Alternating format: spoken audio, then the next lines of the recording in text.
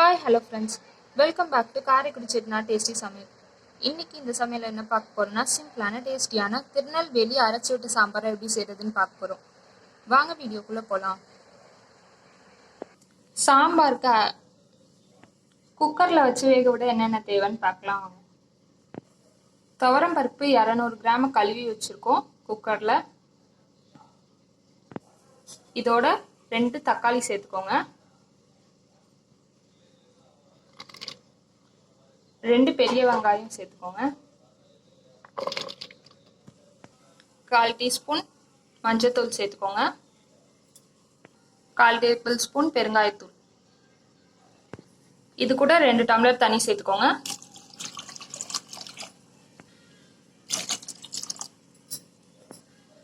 குக்கரை மூடி வச்சு 3 விசில் வச்சு எடுத்துக்கோங்க.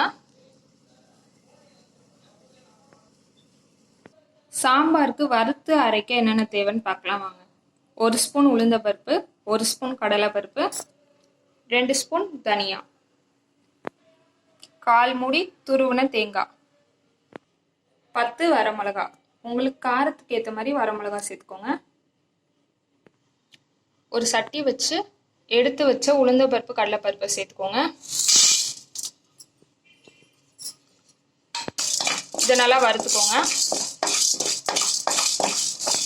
இதோட தனியாவையும் சேர்த்து வறுத்துக்கோங்க.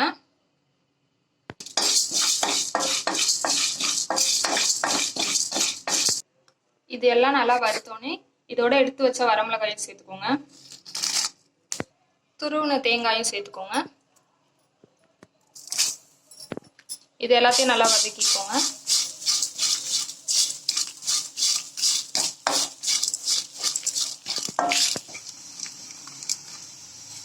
இது எல்லாத்தையும் நல்லா வதக்கியாச்சு.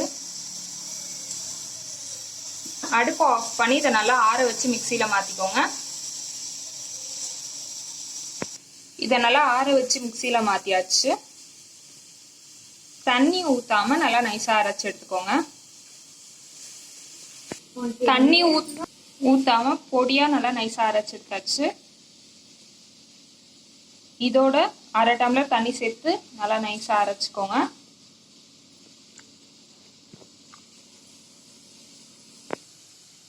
அரை டம்ளர் தண்ணி ஊற்றி நல்லா நைஸாக அரைச்சி எடுத்தாச்சு.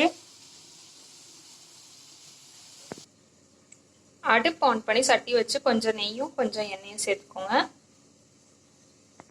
எண்ணெய் நல்லா ஹீட் ஆனோடனே தாளிக்கிறதுக்கு கடுகு உளுந்த பருப்பு சேர்த்துக்கோங்க. இது நல்லா பொரிஞ்சோடனே வரமிளகாயும் சேர்த்துக்கோங்க.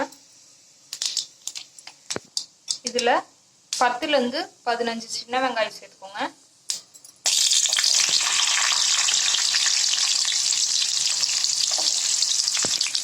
வெங்காயம் கலர் மாற அளவு நல்லா வதக்கிக்கோங்க.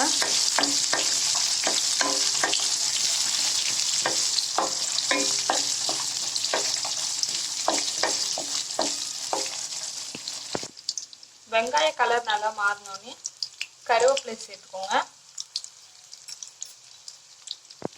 கருவேப்பிலையை வதக்கிட்டு அரைச்சி வச்சது இதில் சேர்த்துக்கோங்க.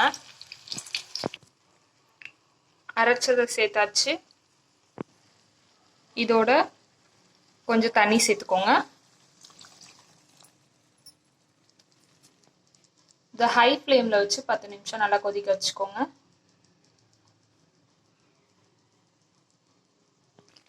இது நல்லா கொதி வந்துடுச்சு. இதோட நெல்லிக்காய் சைஸ் அளவு புளி கரைச்சி வச்சிருக்கோம், அதை சேர்த்துக்கலாம். இதோட தேவையான அளவு உப்பு சேர்த்துக்கோங்க. இது 2 நிமிஷம் கொதிக்க வச்சுக்கோங்க.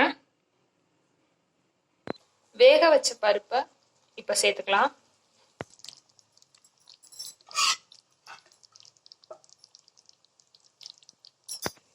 பருப்பு சேர்த்தாச்சு.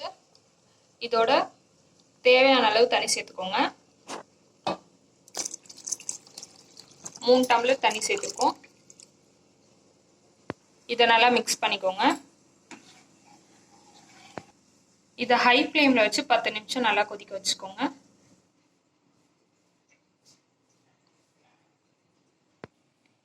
பத்து நிமிஷம் நல்லா கொதிச்சிடுச்சு. இது மேலே கொத்தமல்லி வேணா சேர்த்துக்கோங்க. அடுப்பு ஆஃப் பண்ணிக்கோங்க. அவ்வளோதான், சிம்பிளான டேஸ்டியான திருநெல்வேலி அரைச்சி விட்ட சாம்பார் ரெடி.